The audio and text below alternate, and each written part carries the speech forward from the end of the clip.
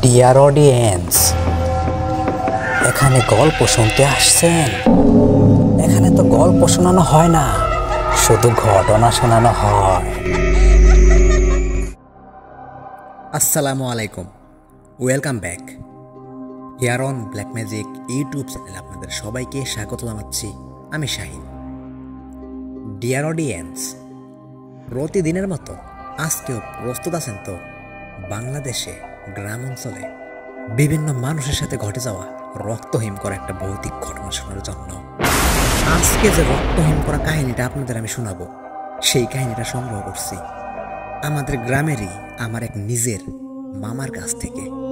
আজ থেকে ঠিক 3 দিন আগে এই মামা আমাকে একটা ঘটনা শেয়ার করছিল। আমার এই মামা বর্তমানে বাংলাদেশে আসছে। সে আনুমানিক 5 থেকে 6 বছর প্রবাসী ছিল, অর্থাৎ কাতার দেশে। তো 3 দিন আগে আমি একটা ঘটনা শেয়ার করছি আমার এই চ্যানেলে, একটা কবরস্থান নিয়ে।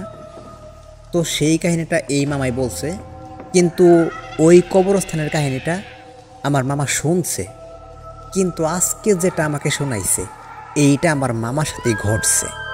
আমার মামা আমায় যেভাবে কাহিনীটা বলছে আমিও ঠিক সেইভাবে বলার চেষ্টা করি। আশা করি সম্পূর্ণ কাহিনীটা শুনবেন। তো আসুন আর কোনো কথা না বাড়িয়ে সরাসরি আজকের রক্তহীন করা কাহিনীটা আপনাকে শোনাই। So let's enjoy.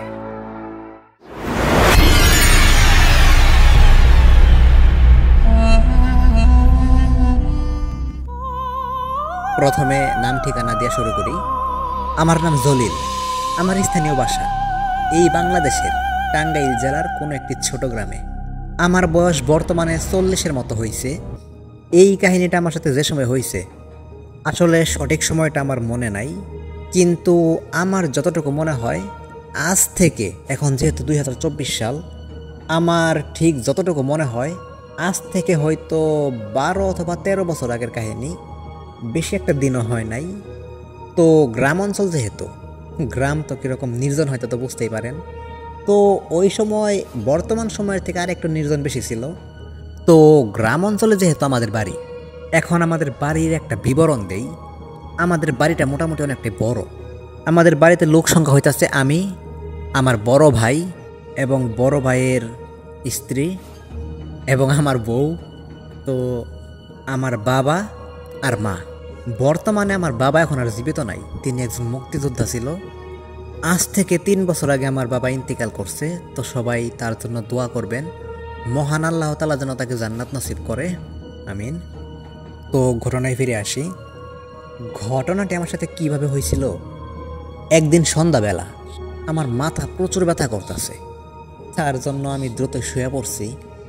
তো যেহেতু দ্রুত শুয়ে পড়ছি তার জন্য আনুমানিক রাত 10টা অথবা 10:30 এরকম একটা সময় আমার ঘুমটা ভেঙে যায়। এখন ঘুম যেহেতু ভাঙছে, বুঝতে পারলাম আমার এখন ওয়াশরুমে যাইতে হবে। তো গ্রাম অঞ্চলে ওয়াশরুম বা টয়লেট যাই বলেন, কখনো কিন্তু বাসার কাছাকাছি থাকে না, একটু দূরেই থাকে। তো সেই রকমই আমাদের বাথরুমটাও একটু দূরে। এখন কাহিনী হইতাছে, আমাদের বাথরুমটা যেই 30 সেকেন্ড সময় লাগবে আমার প্রাকৃতিক কাজ কমপ্লিট করতে। তো এই 30 সেকেন্ডের মধ্যে আমি দেখতে পারলাম আমার মা, হ্যাঁ ঠিকই শুনছেন, আমার মা সেই জাম্বুরা গাছের, মানে আমি যেই স্থানে বসে আমি প্রাকৃতিক কাজ করতেছি আমার থেকে সর্বোচ্চ 15 মিটার দূরত্বে, মানে আমি যতটুকু বুঝতে পারছি এর থেকে বেশি একটা দূরত্ব হবে না, আমার মা ধীরে ধীরে, মানে বাস্তব জীবনে আমার মা যেভাবে হাঁটাচলা করে, বয়স হয়েছে মোটামুটি, ঠিক সেইভাবে হাইটা যাইতেছে। তখন আমি আমার মাকে পিছন থেকে ডাক দেই, মা তুমি কই যাও? তো আমার মা কোনো রকম কোনো সারা শব্দ করতেছে না। তো ভাবলাম আমার মা যদি এই রাস্তা দিয়ে হাইটা যায়, তাহলে আমি যে এতগুলো ডাক দিতেছি, তো একবার তো পিছনে তাকানোর কথা, তাই না? বিশ্বাস করুন, আমার মাকে আমি ডাকাডাকি করতে করতে অবশেষে আমার সামনে থাকা আমার মায়ের রূপ ধরার যে অবয়বটা ছিল, সে এমন একটা সময় ভ্যানিশ হয়ে যায়, মানে অদৃশ্য হয়ে যায়। তাও সময়টা কীরকম, আমি তো ওই মহিলাটাকে ডাকতাছি আমার মা মনে কইরা, সেই ডাকে সে তো কোনো সারা শব্দ নেয় না। আমার ডাক শুই না ঘরে থেকে আমার মা বের হয়ে আইছে। বুঝতে পারতেছেন বিষয়টা? এখন যে আমি ভয় পাইছি, আমার মা বাহিরে এসে বলতেছে, কি ব্যাপার, বাহির থেকে ডাকাডাকি করতেছো কেন, কোনো সমস্যা হয়েছে? তখন বললাম মা কিছু হয় নাই। তো সেই রাতে আর কিছু বলি না। পরের দিন সকালবেলা আমার মাকে এই কাহিনীটুকু বলি। তখন আমার মা বলে, হয় মাঝে মধ্যে এরকম হয়, আসলে গ্রাম অঞ্চল না, আর এরিয়াগুলো খুব একটা ভালো না, তো একটু সাবধানে থাকো তাহলেই হবে। তো কাহিনীটা যদি আমার সাথে এই পর্যন্ত হওয়ার পরে শেষ হয়ে যাইতো তাহলে হয়তো ভালো হইতো, কিন্তু কাহিনীর পরের দিন আবারও হয়েছে। কাহিনীটা কীরকম শোনো। যেহেতু বয়স আমার মোটামুটি অনেকটাই কম ছিল, গ্রাম অঞ্চলের মানুষ আমি, মনে মোটামুটি সাহস আছে ভালো। তো গতকালকে না হয় ওয়াশরুম করার জন্য আমি বাইরে বের হয়েছিলাম, কিন্তু আজকে আমি ইচ্ছা করে বাইরে বের হয়েছি যে গতকালকে আমি যে জিনিসটা দেখলাম সেই জিনিসটা আজকেও কি দেখতে পারবো। তো এই চিন্তা করে আমি বের হয়েছি। তো বের হইয়া ধীরে ধীরে হাতে একটা লাইট নিয়ে, শুধু লাইট যে নিয়ে গেছি তা না, হাতে একটা ম্যাচ লাইট পর্যন্ত আমি নিয়ে গেছি। তো ম্যাচ লাইট নিয়ে গেছি কী কারণে, আমরা সবসময় শুনি যে আগুন দেখলে নাকি এই সমস্ত খারাপ কিছু সামনে আসতে পারে না। তো তার জন্য শুধু ম্যাচটা নিয়ে গেছি। এইবার আমি দেখতে পারছি সেই জাম্বুরা গাছতলা গিয়ে আমি দাঁড়াই আছি না, আমি বললাম না।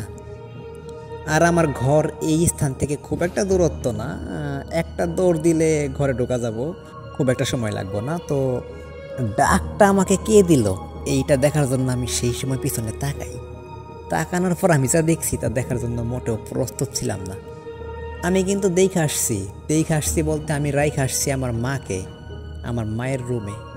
তো সেই সময় আমি সেই আওয়াজটা ফলো করে কোন স্থান থেকে আমার মা মাকে ডাকতেছে এটা দেখার জন্য পিছনের দিকে তাকাই। বললাম তো মোটামুটি সাহস আমার ভালোই আছে, গ্রাম অঞ্চলের ছেলে আমি। এইবার সে কোনো রকম কোনো ডাকাডাকি করতেছে না, শুধু হাত ইশারা কইরা আমার তার কাছে যাইতে বলতেছে, মুখে একটা মুচকি হাসি আর হাত দিয়া লাগাতার ইশারার মাধ্যমে আমার তার কাছেই যাইতে বলতেছে।